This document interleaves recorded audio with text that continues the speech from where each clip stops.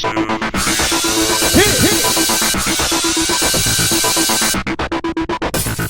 everyone, welcome to the Top Chef finale recap. Oh, are we at the end already? We are. It's Carla, Stefan, and Hosea. And it's all going down in New Orleans. That's right. So, what do you do when you get to New Orleans? You have breakfast on the Creole Queen paddle boat. Hot.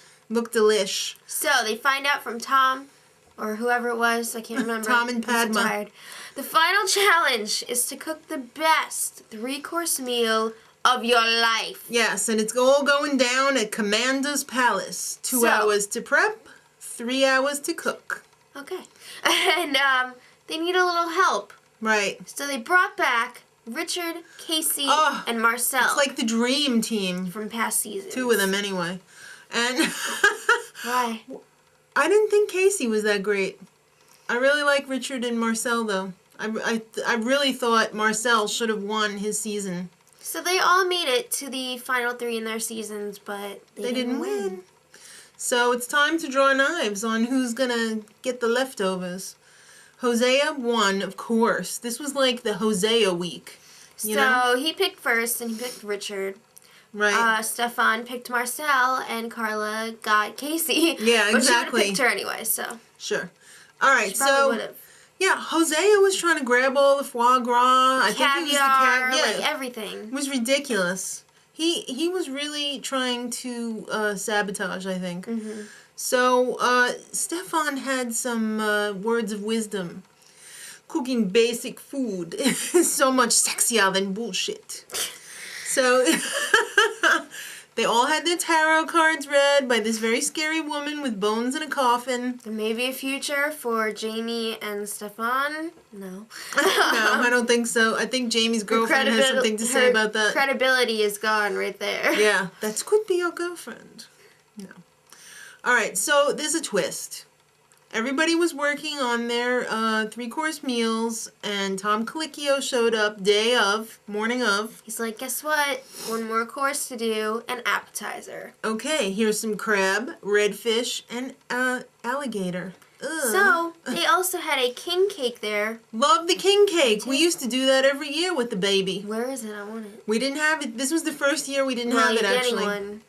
It's too late. They have the markdowns. Oh, okay. So, of course, you can't have a king cake without one of those little plastic babies.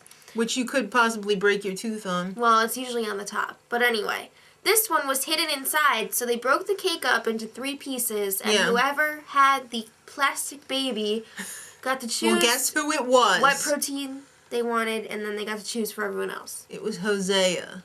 Ugh. This was so fixed. So he picked the redfish, he gave Carla the crab, and Stefan the alligator. Because he hates Stefan. At least he wants him to lose anyway. So here were the menus. Hosea had his redfish on corn cake as his surprise appetizer. A trio of sashimi, not my favorite.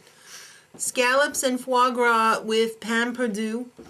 And venison loin with wild mushrooms. Yep. He didn't do a dessert. No. He didn't think it was a strong point for him, and it wasn't required of you to do a dessert, but it was up to you. They still liked his progression, though, from light to heavy, so. Right. I would have preferred a dessert, because I like to end the meal with something sweet, usually. All right, Stefan, he started off with an alligator soup. Which they loved. Mm-hmm. That was a great choice, because alligator is a very tough meat to work with. They really liked all the appetizers. Yeah, I think they did. Then he followed it up with a halibut and salmon carpaccio. Which they didn't like half of them because he froze it in order to cut it. Right. And they thought it was a little bit watered down. Watery. From the thawing. Then he had a squab with braised cabbage and Schupfnudeln. That they loved. Yeah. They really liked that, even if they couldn't say it. They said that was their favorite dish of the night. Exactly.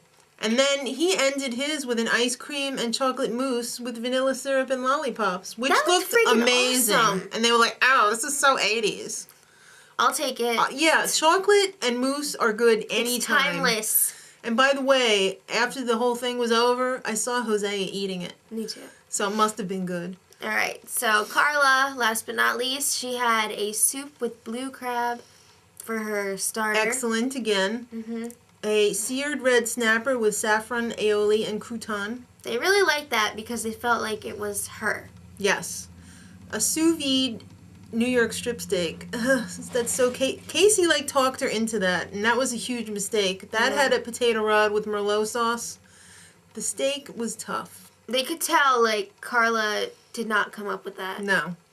And she finished off her dinner with a cheese tart with apple coins. Yeah. She didn't have the cheese tart. Well, that's right. She was planning on making the cheese tart. Then Casey talked her into a blue cheese souffle, which didn't work out, so she just had, the apple with the marmalade. Ugh, not good. So, yeah, her souffle, the oven was too hot, so it curdled, so she wasn't able to serve it, which really sucked. Yeah. You know? I felt bad. So, amongst the judges were Susan Spicer, John Besh, apparently he's amazing, Rocco DiSpirito, Hubert Keller. That was Hubert. Hubert Keller. I think. I think you're right. Fabio! I didn't get to sleep in the bunkie bed. Toby. Yep. Branford Marsalis. Why the hell did they throw him in there? He's a jazz musician. I know. Oh, I guess because it's Nolans. Yeah. He was around. They needed that flavor. Tory McPhail. That's actually a guy. Ti Martin. Gail. Coffee. And, of course, Tom and Padma. Okay. Branford, he just looks stupid. I'm sorry. He's like, I agree with all you guys. Yeah, whatever you guys say, and, I can't believe chefs are talking like musicians. Okay, so, judges table. I mean, I'm sure let me just say, I'm sure he's not stupid, but he kind of sounded like it. Yeah, well, when you're up with all those, chefs, come on.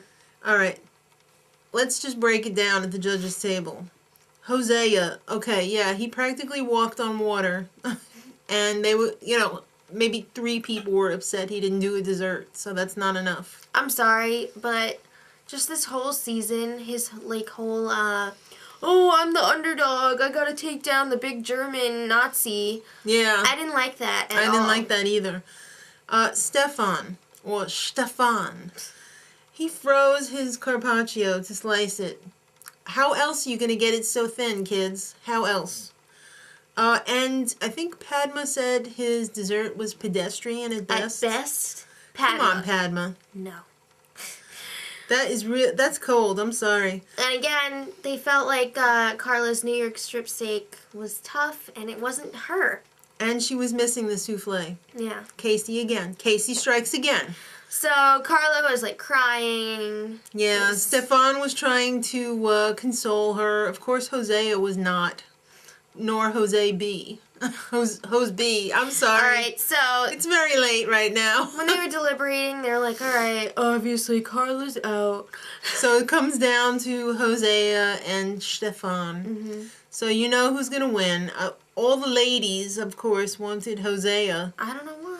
He's kind of weird looking. But anyway. It was the Battle of the Baldies. Congratulations to Hosea.